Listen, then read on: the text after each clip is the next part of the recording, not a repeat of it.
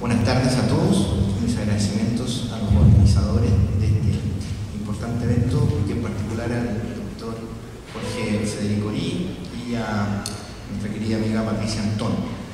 El tema del activismo judicial en Chile, que es de lo que les voy a hablar, hay que enfocarlo en la labor que se realiza a través de las cortes de apelaciones en nuestro país, que no solo conocen de la segunda instancia, sino que la Constitución Política del año 1980 les entregó una función específica, que es conocer de la acción de amparo, que en Chile se denomina recurso de protección, a una cuestión ya histórica, que era conocer del habeas corpus.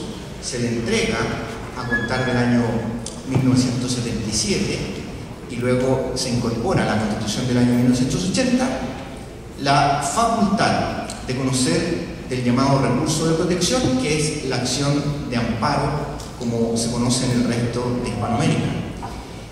Y esta labor constitucional, entonces, de función jurisdiccional, se ejerce por un tribunal que tiene competencias también de tipo civil y comercial, pero ciertamente se enfoca en particular en el análisis de los conflictos jurídicos que dicen relación con esto, porque la norma que consagra esta herramienta, esta garantía, está en la Constitución Política, y porque además los derechos que se entienden o se expresa que han de ser protegidos por el recurso de protección están desde luego considerados también en la propia Constitución Política.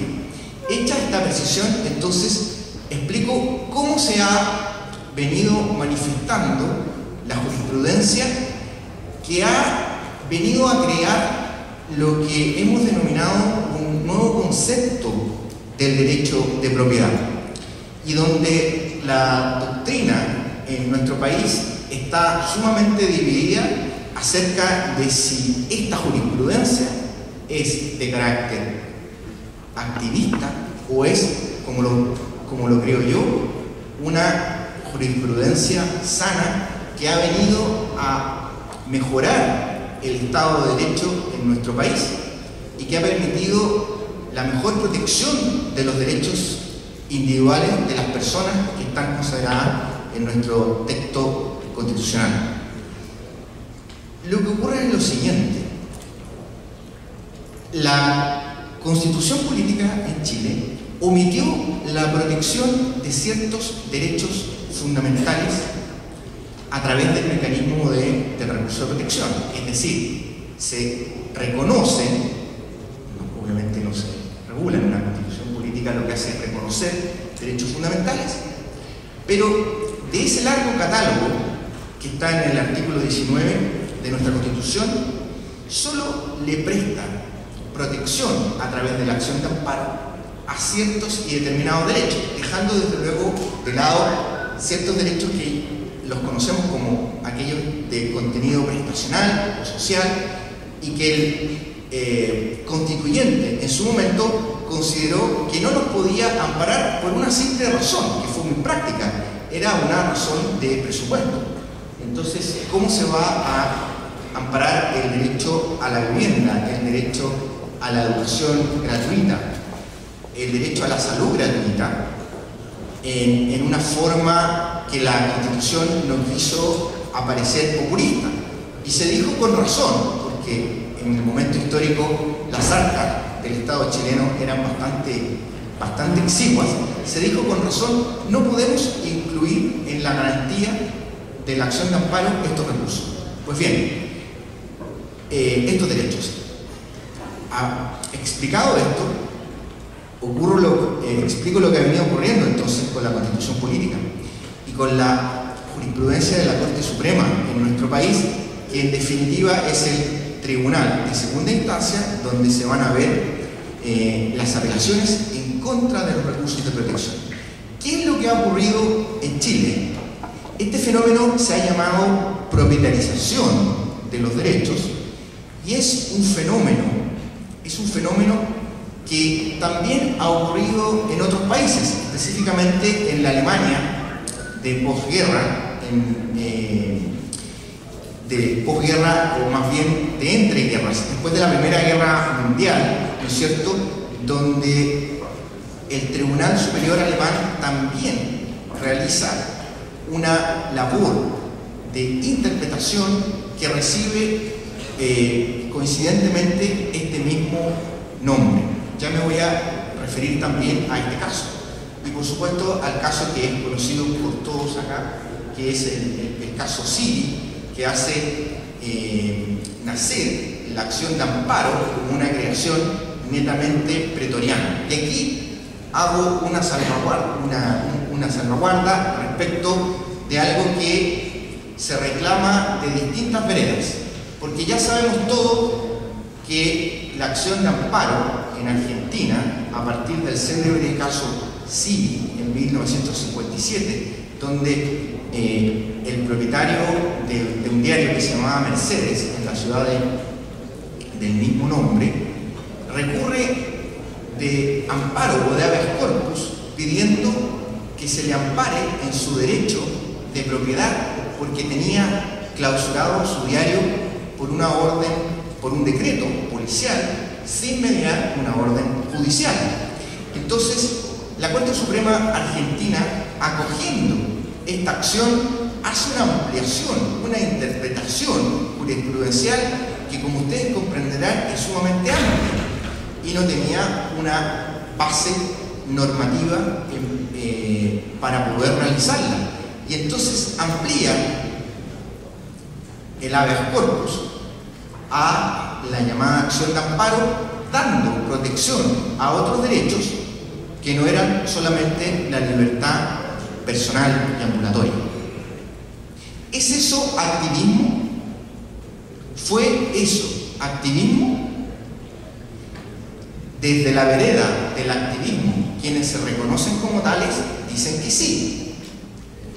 Desde la vereda del garantismo y quienes tratamos de promover y difundir sus ideas decimos que no. Ya voy a dar las razones por las cuales se puede concluir que en determinados casos la actividad jurisprudencial en sede constitucional puede ser considerada como activista y por qué en ciertos casos no. Vuelvo al caso de Chile después de haber explicado este de Argentina, porque creo que es conocido por muchos de ustedes y va a permitir comprender lo que ha ocurrido en Chile. A partir de los derechos que no fueron protegidos directamente por nuestra acción de amparo, se comenzó a crear una jurisprudencia que, en base al reconocimiento que sí está expresamente protegido, que es el derecho de propiedad, se empezó a amparar una serie de otros derechos que no estaban protegidos en la Constitución política. Algunos importantes de ellos, el derecho a no ser destituido de un cargo público o de una función pública cuando se están cumpliendo los requisitos legales para permanecer en dicho cargo. Desde la misma institución, el derecho a acceder a un cargo público. Nombraba acá mi querido amigo Mauro el caso Madison versus Marbury.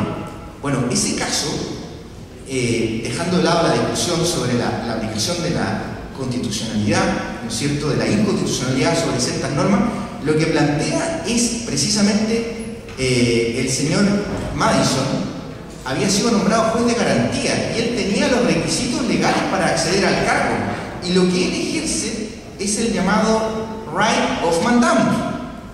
Los amigos de Brasil acá van a entender que esta cosa no es otra que un mandato de seguranza para el cumplimiento de resoluciones administrativas que han sido dictadas conforme a derecho. Este right of mandamus, definitivamente, no fue acogido, pero esa es otra historia. Lo que ocurrió en Chile es que creamos un right of of mandamus a través, un writ of mandamus a través de nuestro recurso de protección. Y entonces, lo que se dice en Chile es que el derecho de propiedad ampara todas estas situaciones de acceso a un cargo público por quien ha sido nombrado y una vasta variedad de otros derechos, todos cobijados en el derecho de propiedad. La construcción jurisprudencial se resume en lo siguiente: todo derecho es a su vez un bien de carácter incorporal, y al estar protegido el derecho de propiedad, el que incluye tanto los bienes corporales como los bienes incorporales, sobre los cuales existe, dice la Constitución, una especie de propiedad, entonces se le da protección a esos derechos. ¿Es esta actividad de carácter, jurisprudencia de carácter activista? Voy a decir que no. ¿Cuáles son los límites? ¿Cuáles son los límites que debe tener entonces la actividad jurisprudencial cuando está creando, interpretando, llenando lagunas, que es la función propia de la interpretación? En mi concepto, los límites son dos principalmente, y que los voy a mencionar por razones de tiempo, y son estos.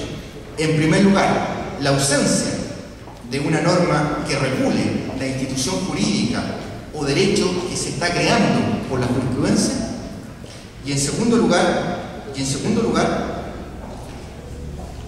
la inexistencia de normas jurídicas expresas que contrarien o regulen una situación. ¿Por qué? Porque el activismo se ha dicho que por sus propios autores y